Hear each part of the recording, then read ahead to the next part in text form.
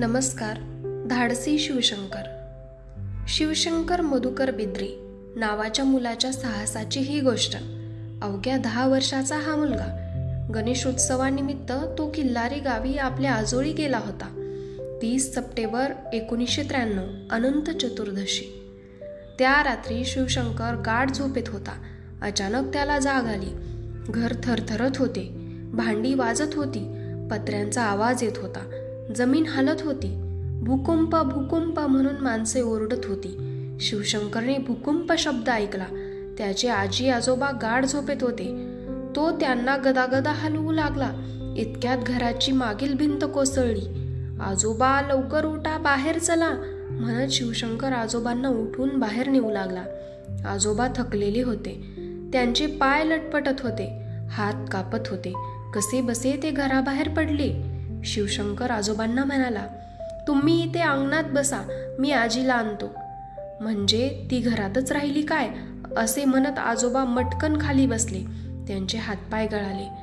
एखाद्या लहान मुलाप्रमाणे ते हुंदके देऊ लागले. शिवशंकरने तिकडे लक्ष दिले नाही. आता त्याला आजीची काळजी वाटत होती. तो घरात धावत गेला. वीज गेली होती. घरात अंधार होता. आजी, ए आजी, अगं कुठे आहेस तू, असे म्हणत तो आजीला हाका मारू लागला. आजी देखील शंकर शंकर म्हणून ओरडत होती. मला वाचवा, मला वाचवा, असा आजीचा आवाज त्याला ऐकू आला. आवाजाच्या दिशेने शिवशंकर तिच्याजवळ पोचला.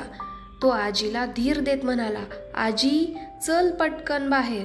आजोबा बाहेर अंगणात आहेत. ते सुखरूप आहेत. दोघेही घराबाहेर आली.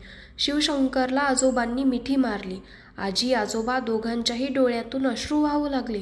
आजी शिवशंकरला पोटाशी घेऊन म्हणाली, लेकरा, तुझ्यामुळे आज आमचा जीव वाचला. शिवशंकरच्या आई बाबांना ही गोष्ट समजली. तेव्हा त्यांना शिवशंकरचा खूप अभिमान वाटला. या साहसाबद्दल शिवशंकरला राष्ट्रीय वीरता पुरस्कार व राष्ट्रीय बाल शौर्य पुरस्कार मिळाले. त्यावेळचे राष्ट्रपती डॉक्टर शंकर दयाळ शर्मा व पंतप्रधान PV नरसिंह राव यांच्या हस्ते हे पुरस्कार शिवशंकरला देण्यात आले. असा हा लेखक दत्ता टोळ यांचा धडा.